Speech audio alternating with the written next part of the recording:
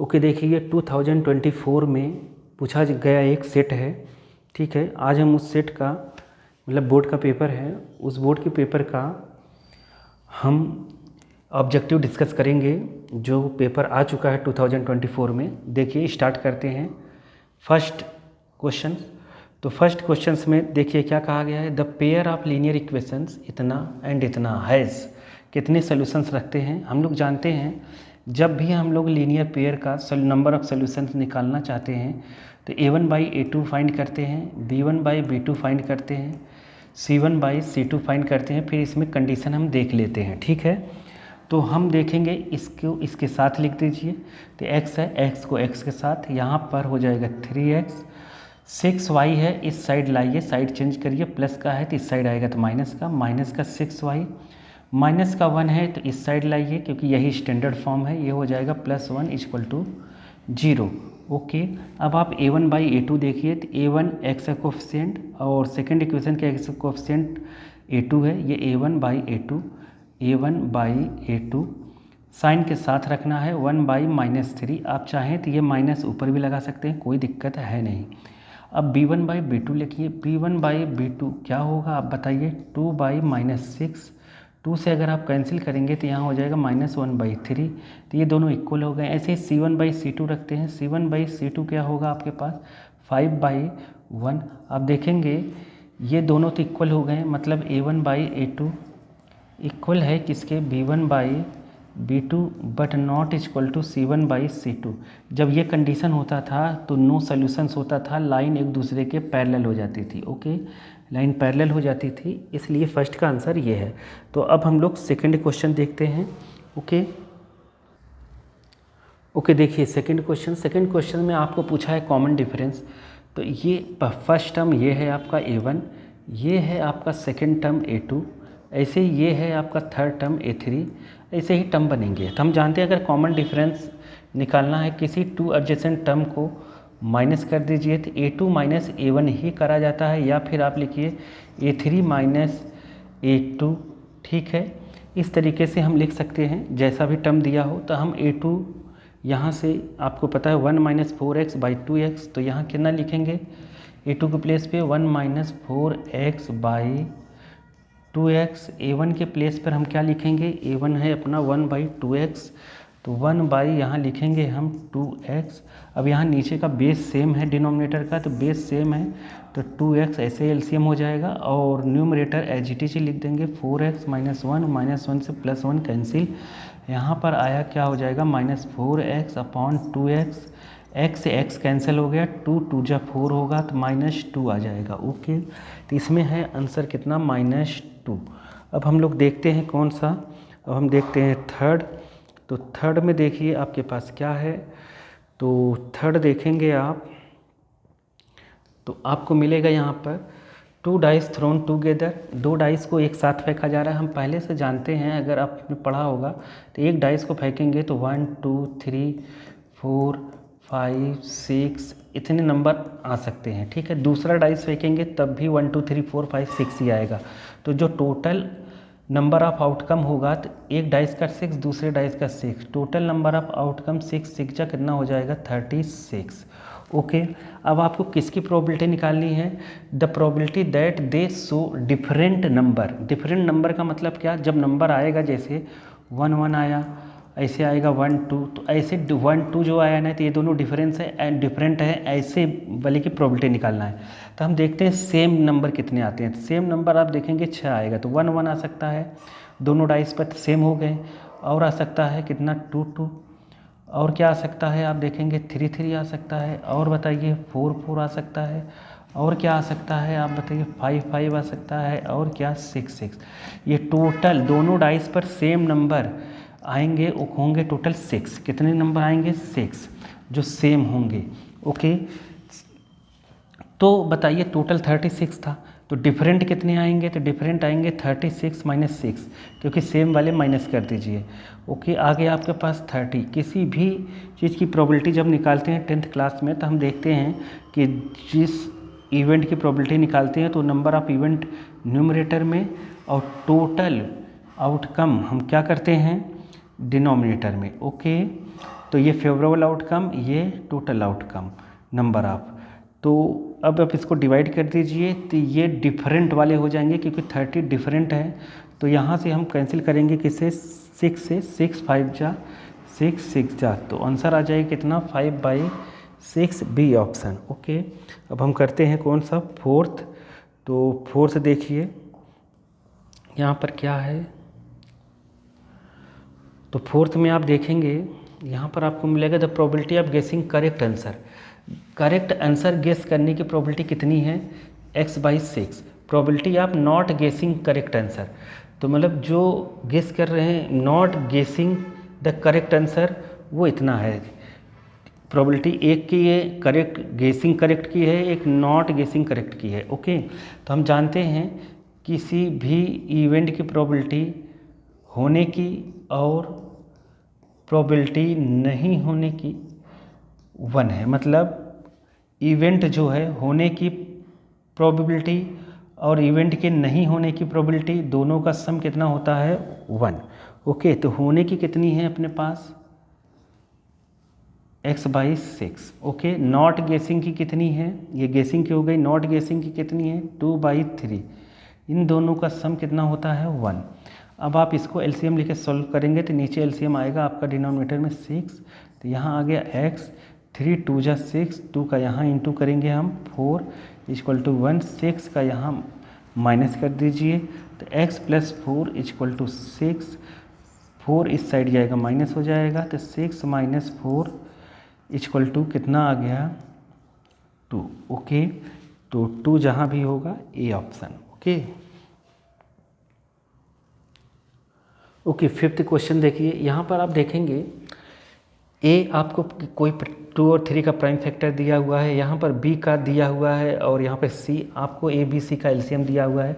आपको बताना क्या है, तो आपको बताना है यहाँ पर 3x है तो इसमें आपको x की वैल्यू बतानी है कितनी होगी।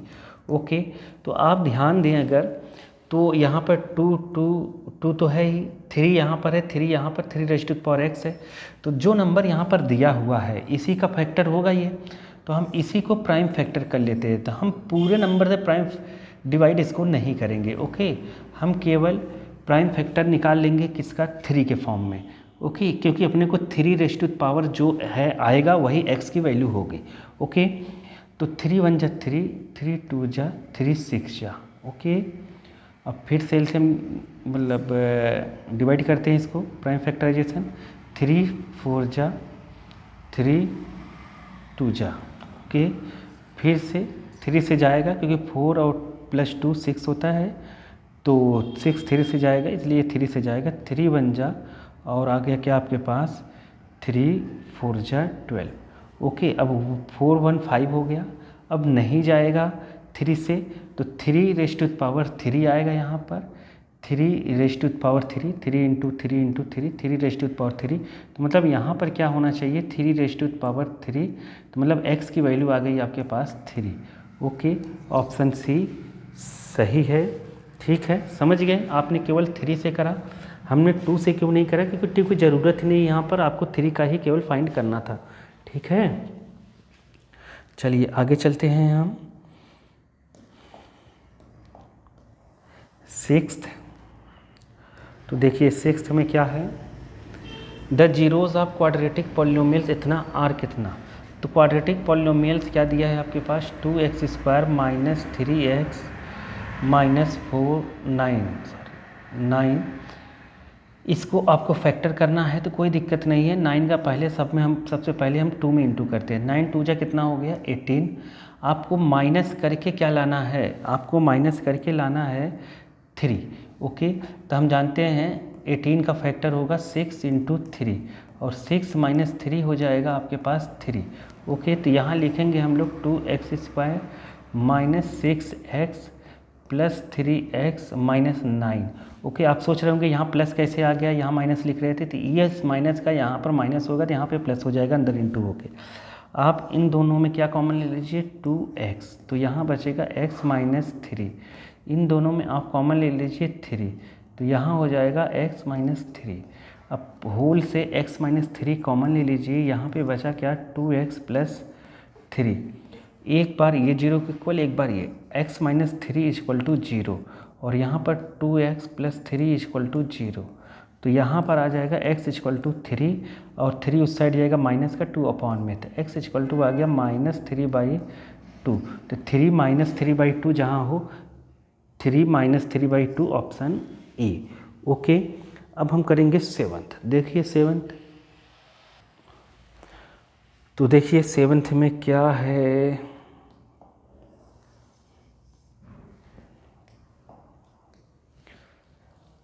From a point on the ground, ground पर एक पॉइंट है which is 30 meter away from the foot of vertical tower. तो ये एक वर्टिकल टावर ले लीजिए, इसके यहाँ फुट है, फुट से 30, फुट से कितना 30 मीटर अवे एक पॉइंट है जहाँ से tower, the angle of elevation of top of tower, इस पॉइंट से angle of elevation top of tower कितना है 60 डिग्री, कितना 60 डिग्री। तो 60 डिग्री है, आपको बताना है हाइट ऑफ टावर, तो ये h है, इसमें सीधा सीधा हम जानते हैं tan 60 है, तो ये 30 है, तो ये हो जाएगा 30√3, यही आंसर है। Okay B. तो ये शॉर्टकट मेथड है, डायरेक्ट हम 30√3 लिख सकते हैं, लेकिन आप अगर डिटेल में इसको करना चाहें तो आप लिखेंगे tan 60 डिग्री इक्वल टू होता है h बाई परपेंडिकुलर, क्योंकि यहाँ 90 है तो ये परपेंडिकुलर अपॉन बेस 30, तो 30 है केवल, डिग्री तो है नहीं यहाँ पर। ओके, तो tan 60 की वैल्यू होगी √3 और यहाँ हो जाएगा h बाई 30, तो 30 का यहाँ इंटू, तो h इक्वल टू 30√3। ओके, चलिए नेक्स्ट क्वेश्चन देखते हैं हम।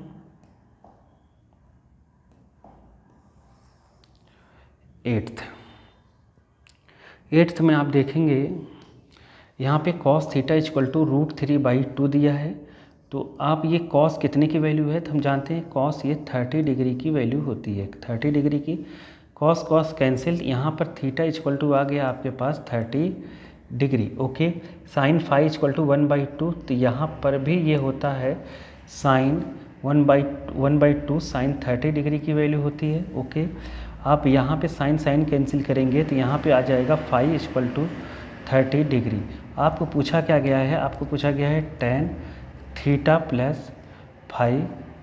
ओके, तो यहाँ आप 30 और 30 रखेंगे, थीटा के प्लेस पे 30, फाई के प्लेस पे 30 रखेंगे, तो यहाँ हो जाएगा 60 डिग्री। ओके, तो 60 डिग्री, tan 60 डिग्री की वैल्यू होती है कितनी अपनी √3। तो ओके, तो ए ऑप्शन सही है। चलिए नेक्स्ट देखते हैं। तो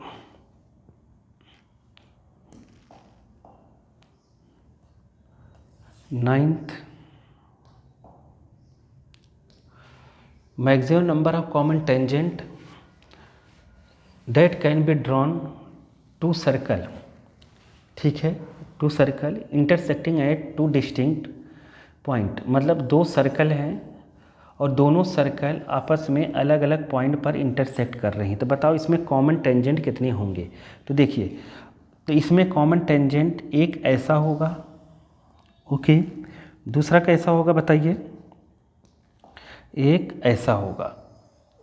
ठीक, तो ये दो कॉमन टेंजेंट होंगे। अगर मान लीजिए कि सर्कल टच नहीं करता, दो सर्कल एक दूसरे को टच नहीं कर रहे हैं, तो बताइए कॉमन टेंजेंट कितना होगा। तो देखिए, एक कॉमन टेंजेंट ऐसा होगा, दूसरा ऐसा होगा, यहाँ से जाता, सॉरी यहाँ से, ठीक है, समझ गए।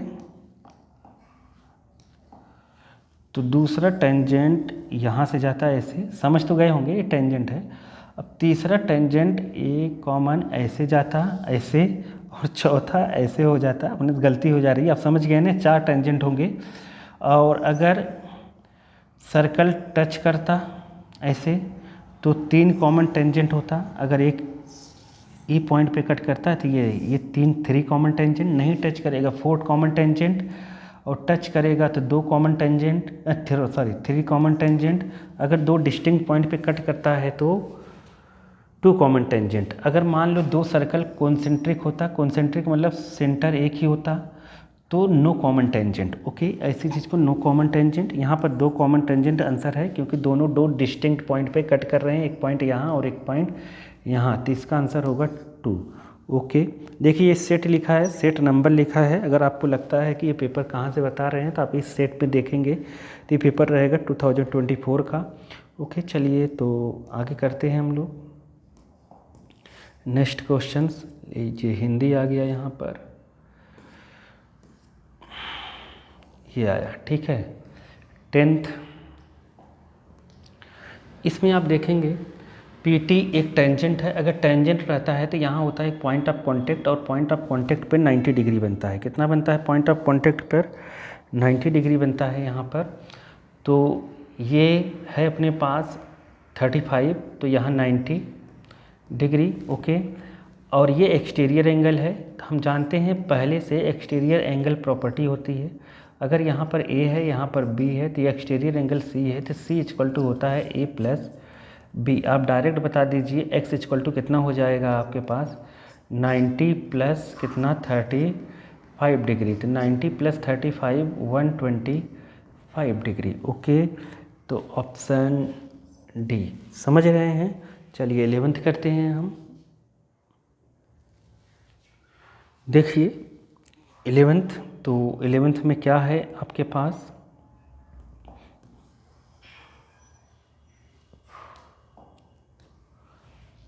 If diagonal of quadrilateral divided each other proportionality. तो आप ध्यान दीजिए कि एनसीईआरटी में क्वेश्चन है ये कि ट्रेपेजियम ऐसे रहता था, ठीक है। लास्ट के 2 क्वेश्चन दिए हुए हैं 3rd एक्सरसाइज में। अब देखेंगे यहाँ और यहाँ ऐसा रहता था, तो O A यहाँ था, यहाँ B था, कहीं भी लिख दीजिए, यहाँ B लिख दीजिए, ठीक है। तो यहाँ A B C D, तो O D O A या O B कैसे भी लिख लीजिए, A O by O C equal to हो जाता था O B by O D। तो ये ट्रेपेजियम होगा। आप देखेंगे आपको एक्सरसाइज में मिल जाएगा क्वेश्चन। ओके, तो चलिए नेक्स्ट क्वेश्चंस करते हैं ट्रायंगल का। तो देखते हैं, देखिए इन ABC ट्रायंगल, ये ABC ट्रायंगल है, DE पैरेलल है इसके। जैसे ही पैरेलल हो गया आप जान गए होंगे BPT लगेगा। AD दिया है 2, ये 2 दिया है, BD दिया है आपके पास 3, तो 2 + 3 ये टोटल हो गया कितना आपके पास 5। ओके, टोटल कितना हो गया आपके पास 5, ठीक। तो आपको क्या पूछा गया है,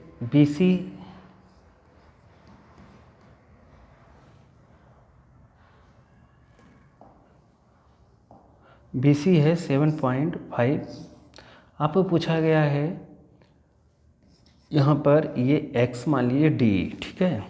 तो आप देखेंगे ये स्मॉल ट्रायंगल और ये बड़ा सा ट्रायंगल, ये दोनों सिमिलर हैं, क्योंकि DE पैरेलल है BC के, तो अल्टरनेट इंटीरियर एंगल बराबर होंगे, इसलिए ये सिमिलर हो गया। ओके, तो हम लिखेंगे AD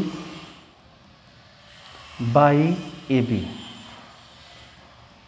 बराबर होगा CPST से, AD बाई AB बराबर होगा किसके, DE। देखिए छोटे से ट्रायंगल का छोटा पार्ट AD है, अब फिर बड़े ट्रायंगल का AB है, अब छोटे ट्रायंगल का DE रहेगा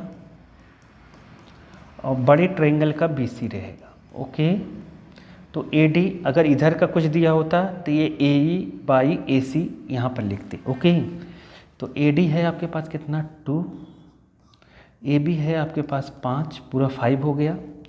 ओके, यहाँ पर X और यहाँ पर आपके पास दिया है 7.5, 7.5 का यहाँ इंटू कर दीजिए, तो यहाँ हो जाएगा 2 × 7.5 बाई 2, 5 7.5 बाई 5। अब यहाँ 2 का इंटू करेंगे तो ये 7.5 2 जा 15 होता है। ओके, 5 3 जा 15, तो X की वैल्यू आ गई 3। X की वैल्यू क्या आई आपके पास 3, ऑप्शन B। ओके, चलिए नेक्स्ट क्वेश्चन देखते हैं। देखिए नेक्स्ट क्वेश्चंस में क्या है, HCF ऑफ इन दोनों का 40 और HCF ऑफ इन दोनों का इतना। तो यहाँ पर K की वैल्यू दी नहीं है तो आपको K की वैल्यू ही फाइंड करनी है। ओके, तो हम K की वैल्यू फाइंड करेंगे। तो हम जानते हैं पहले से A into B equal to HCF of AB into LCM of AB। Okay, तो आपको कोई भी नंबर निकालना है, पता चल जाएगा। तो हम यहाँ रख देते हैं नंबर, यहाँ 2 5 2 0 इंटू 6 0 6 6 0 0 और यहाँ पर HCF है 40, LCM आपके पास है 252 इंटू K। तो आप समझ गए होंगे कि अगर K इक्वल टू निकालना है तो ये दोनों नंबर अपॉन में आ जाएंगे। तो यहाँ पर आ जाएगा 2520 इंटू 6600 अपॉन 40 इंटू 252। ओके, 252। अब देखेंगे आप 252 यहाँ से पूरा का पूरा कैंसिल हो रहा है, यहाँ एक जीरो बच रहा है, ये जीरो से जीरो क्या हो जाएगा, कैंसिल। तो आप यहाँ 4 से इसको डिवाइड कर दीजिए, फाइनल आंसर आ जाएगा। तो 4 से 6 को डिवाइड करेंगे 1 बार जाएगा, 2 बचेगा यहाँ पे 26 हो गया, 4 6 जा 24, 2 बचा तो हो गया आपके पास कितना हो गया 20। तो 2 4 5 जा 20। ओके, ये आपके पास आंसर आ गया। ठीक है, तो ये देखिए आंसर मैच हो रहा है। हाँ, ए मैच हो गया। ओके, ठीक है, चलिए नेक्स्ट करेंगे।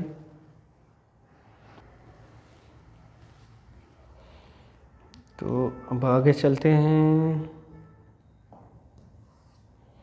हिंदी आ गया ये 14 15 16 17 18। चलिए 14 यहाँ पर देखिए क्या दिया है आपको। तो देखते हैं इस 14 में क्या दिया है अपने को।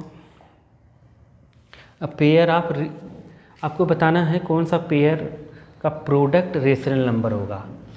कौन से पेयर का product, pair of irrational number, और उसका प्रोडक्ट करना है आपको और रेशनल नंबर आए। तो देखिए ये 16 है, 16 तो रूट से बाहर आता है 4 हो जाता है और ये 2 हो जाता है और ये मतलब 4 और 2 दिया है। तो आपको यहाँ कहा है अ पेयर ऑफ इरेशनल, तो ऑप्शन ए गलत हो गया क्योंकि ये रेशनल है, रेशनल का पेयर है, इसलिए ये ऑप्शन गलत है। ओके, अब हम देखते हैं इसको।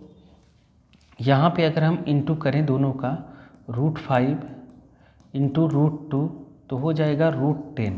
ओके, लेकिन यहाँ पे कहा है कि इरेशनल पेयर है तो पेयर इरेशनल है, लेकिन प्रोडक्ट रेशनल आना चाहिए। तो यहाँ पर √10 इरेशनल है, रेशनल नहीं है, इसलिए ये भी ऑप्शन गलत हो गया। ओके, आप यहाँ देखिए, यहाँ अगर हम देखेंगे तो √3 तो इरेशनल है। ओके, 27 को हम क्या लिख सकते हैं, 3 इंटू 3 इंटू, समझ गए, 27 को हम लिखेंगे क्या, 3 इंटू 3 इंटू 3। अब एक पेयर 3 बाहर आ जाएगा तो 27 को 3√3 लिख सकते हैं। तो ये भी इरेशनल है, ये भी इरेशनल है, दोनों का इंटू करिए। तो √3 इंटू 3√3, तो 3 में √3 का इंटू होगा नहीं, √3 का √3 में इंटू होगा, तो √3 इंटू √3 3 हो गया, तो 3 इंटू 3 हो गया 9। तो देखिए ये इरेशनल लेकिन इंटू करने पर रेशनल आ रहा है, आंसर सी सही होगा। आप इसको करेंगे तो ये भी सही नहीं होगा। क्यों नहीं सही होगा, आप देखेंगे ये है अपने पास क्या 36 का स्क्वायर √6 होता है और ये है √2। ओके, तो ये रेशनल है और ये इरेशनल है और आपको कहा है पेयर इरेशनल ही होना चाहिए, इसलिए ये भी गलत है। ओके, तो आंसर कौन सा सही है, सी। तो अब 15 करते हैं हम। तो 15 यहीं पर दिख रहा है आपको, if 2 digit is chosen randomly. ठीक है, इसमें से आपको अ डिजिट लेना है, एक डिजिट अपने को इसमें से लेना है। Then the probability that this digit odd prime number, odd prime number लेना है। तो ऑड प्राइम नंबर 3 से स्टार्ट होता है। प्राइम नंबर देखिए 2 से स्टार्ट होता है, 1 प्राइम नंबर नहीं होता। 2, 3, 5, 7, ओके। ऐसे ही प्राइम नंबर होते हैं 11। तो आप देखिए ऑड प्राइम नंबर, तो ऑड प्राइम नंबर 1 तो होता नहीं प्राइम नंबर, ये 3 हो गया, और ये क्या हो गया 5, ये क्या हो गया 7। 9 प्राइम नंबर नहीं है, कंपोजिट नंबर है, क्योंकि 9 के हम लिख सकते हैं 3 इंटू 3। प्राइम नंबर वही नंबर होता है जो खुद से डिवाइड हो और 1 से डिवाइड हो, ओके। इसलिए 9 प्राइम नंबर नहीं हो सकता है। तो इसमें कितने प्राइम नंबर हैं? ऑड प्राइम नंबर कितने हैं? प्राइम नंबर तो टोटल 4 हैं, क्योंकि 2 भी प्राइम नंबर होता है, लेकिन ऑड प्राइम नंबर 3 ही है, 1, 2, 3। तो 3 इसका आंसर आएगा। 3 बाई नंबर गिनिए कितने दिए हैं, 1, 2, 3, 4, 5, 6, 7, 8, 9, ओके। टोटल 9 है। तो 3/9 का मतलब हो गया 1 बाई कितना 3, ओके। तो ये आंसर आएगा ए। ठीक है, चलिए 16 करते हैं। ओके देखिए यहाँ पर मीन ऑफ 5 ऑब्जर्वेशन इज 15। तो 5 ऑब्जर्वेशन का मीन 15 है। तो हम देखिए ऑब्जर्वेशन लिखते हैं x1, x2, x3, x4, x5। Number of observation upon sum of observation upon number of observation equal to दिया है मीन 15। तो इसका अगर इंटू यहाँ 15 में हो गया तो x1 प्लस x2 ऐसे ऐसे 5 ऑब्जर्वेशन का सम कितना हो गया 15, 5 जा 75, ओके। अब आपको दिया है if mean of first 3 observation. First 3 observation का मतलब क्या, x1 plus x2 plus x3 का मीन जो दिया है x1 plus x2 plus x3, इन तीनों का मीन जो दिया है यहाँ अपॉन 3 लिखेंगे तो ये दिया है 14। तो मतलब 14 में ऐसे ही हम 3 का इंटू कर दें, ओके। 14 into 3, okay. जैसे यहाँ पर इंटू किया 5 इंटू कितना 15, ओके। तो 14 इंटू ऐसे ही हम लोग कर देंगे 3। तो यहाँ पर क्या आ जाएगा आपके पास 14 इंटू, यहाँ पर हम डॉट डॉट डॉट लगा दिए, आप समझ जाइएगा कि ये है 14 3 जा 42। अब आप ऐसे देखिए and that of the last 3 observation का सम, लास्ट 3 ऑब्जर्वेशन का मीन, ठीक है। लास्ट 3 ऑब्जर्वेशन कौन से होंगे, x3, x4, x5। तो यहाँ क्या हो जाएगा x3, x4 और x5, और यहाँ अपॉन 3 लिखेंगे और इक्वल टू में आएगा क्या आपके पास 17। तो हम जो अपॉन में 3 रखेंगे उधर 3 इंटू कर देते हैं। तो 17 3 जा हो गया कितना 51, ओके। तो आप देखेंगे अगर मैं इन दोनों को प्लस करूं तो आपको यही पूछा गया है कि लास्ट वाला कितना आए, मतलब बीच वाला कितना आएगा, ठीक है। आपको पूछा गया है इफ़ द मीन इतना इतना देन थर्ड ऑब्जर्वेशन, मतलब ये 3x3 पूछा गया है। तो हम देखते हैं इन दोनों में x3 2 बार है, अगर इन दोनों को हम सम कर दें, क्या कर दें सम, तो सम करेंगे तो आपको ऐसा मिलेगा x1 plus x2 plus x3 plus x4 plus x5। अब मैंने देखो इसमें 3 था, इसमें भी 3 था, 3 2 बार था, एक बार ही लिखा, उसी 3 की वैल्यू निकालनी है, हम उस 3 को बाहर लिख लेते हैं। और ये है आपके पास आ गया इन दोनों का सम, इन दोनों को आप सम करेंगे तो यहाँ आएगा 93, कितना आ जाएगा 93। अब आप पहले से जानते हैं x1 plus x2 plus x3 plus x4 plus x5 कितना था 75, ये 75 हो गया, तो मतलब x3 प्लस 75 इक्वल टू 93। 75 को उस साइड ले जाके माइनस करेंगे तो आएगा x3 equal to 93 minus 75, okay 75 minus करिए, यहाँ पर 8 आया, यहाँ पे 1, 18 आंसर आ गया, x3 18 आएगा, ओके। तो चलिए नेक्स्ट करते हैं 17। तो यहाँ पर perimeter of a sector of a circle whose central angle is 90 degree, radius है 7। सेंट्रल एंगल अगर 90 डिग्री है तो ये एक तरह का क्वाड्रेंट हो गया, क्या हो गया क्वाड्रेंट, ये R है ये R है, ठीक है। ये सर्कल का 1/4 है, सर्कल का होता है कितना टोटल 2 पाई r पेरीमीटर, तो ये उसका 1/4 है, इसलिए हो जाएगा 1/4, ओके। तो ये पार्ट हो गया आर्क, आर्क की लेंथ हो गई ये, ओके। और ये रेडियस, क्योंकि ये भी पेरीमीटर में आएगा, यहाँ पर रेडियस और यहाँ पर रेडियस, आर आर हो गया 2r, इसको आप काटेंगे यहाँ 2 आएगा। अब आप वैल्यू रख दीजिए 1/2, पाई के प्लेस पर कुछ नहीं दिया तो 22/7 ले लेते हैं, आर के प्लेस पर कितना है 7, okay. Are plus are 2r, यहाँ 2r रहेगा, 2r कितना हो जाएगा 2r इक्वल टू 7 2 जा 14, तो यहाँ हम डायरेक्ट 14 लिख देते हैं 2r को, ओके। तो 7 से 7 कैंसिल, 2 से यहाँ कैंसिल करें 11, 11 प्लस 14 हो गया कितना 25, 11 प्लस 14 25, डी ऑप्शन, ठीक है। चलिए नेक्स्ट करते हैं हम लोग।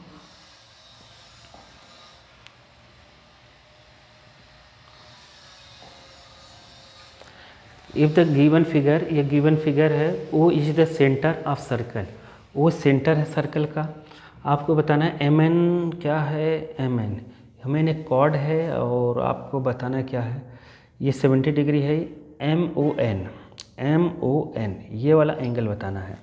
तो हम पहले से जानते हैं, अगर आपने पढ़ा होगा तो ये 70 है तो इसका डबल यहाँ होता है 140।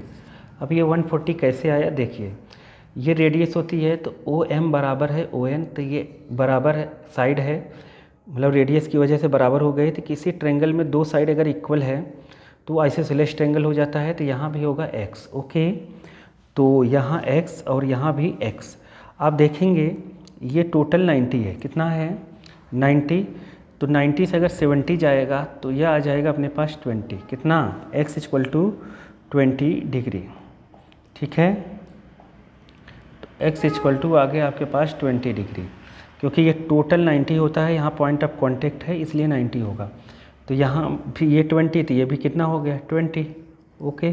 टोटल एंगल सम प्रॉपर्टी से 180 होता है, तो ये 20 प्लस 20 40, तो 180 माइनस 40 आप करेंगे तो आएगा 140, ओके।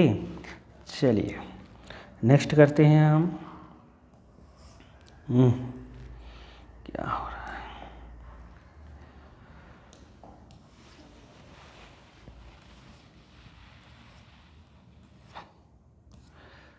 असर्शन रीजनिंग आ गया।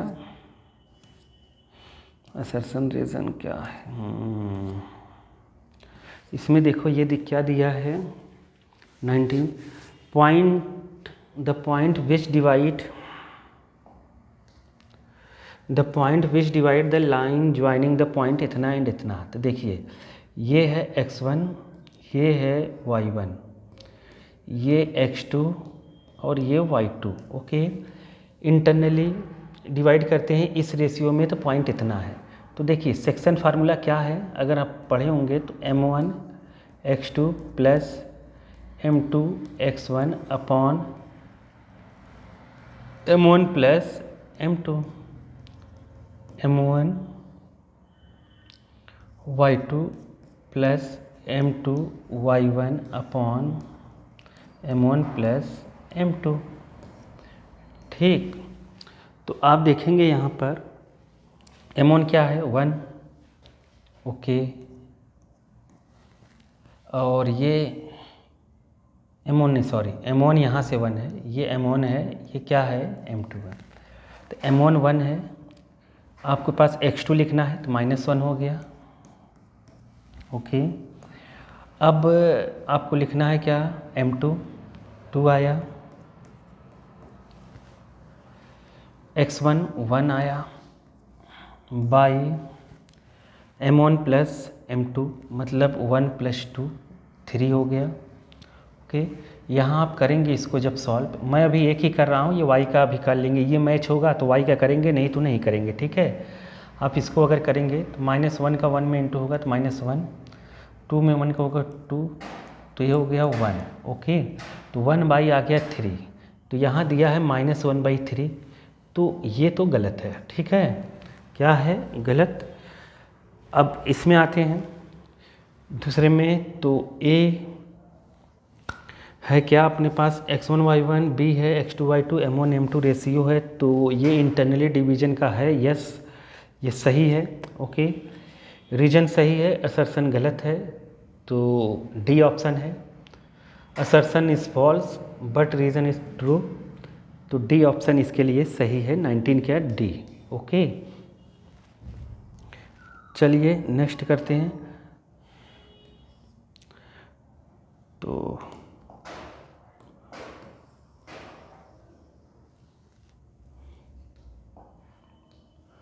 यहाँ पर देखते हैं इन क्रिकेट मैच, एक क्रिकेट मैच में एक बैट्समैन है हिट करता है बाउंड्री 9 टाइम आउट ऑफ 45। तो मतलब हिट करने की प्रोबेबिलिटी हो गई उसके पास 9/45। ठीक है, 9/45, क्योंकि 9 टाइम हिट करता है, 45 बॉल में से 9 टाइम हिट करता है। The probability of a given ball does not the boundary is इतना, अगर बाउंड्री हिट जो नहीं करता उसकी प्रोबेबिलिटी इतना है। तो हम इसको अगर सॉल्व करें तो 1/9 जा ये हो जाएगा। अब हिट नहीं करने की प्रोबेबिलिटी अगर निकालनी है अपने को, तो हम निकालते हैं 1 माइनस PE, 1 माइनस पी, जो इवेंट होने की है और नहीं होने की प्रोबेबिलिटी अगर निकालनी है तो 1 माइनस करके निकाल लेते हैं। तो 1 माइनस 1/5, तो यहाँ हो जाएगी कितनी अपने पास 5 × 5 मतलब 4/5। तो ये कह रहा है 4/5 नहीं होने की, सही है ये। ओके, ये 20 सही है।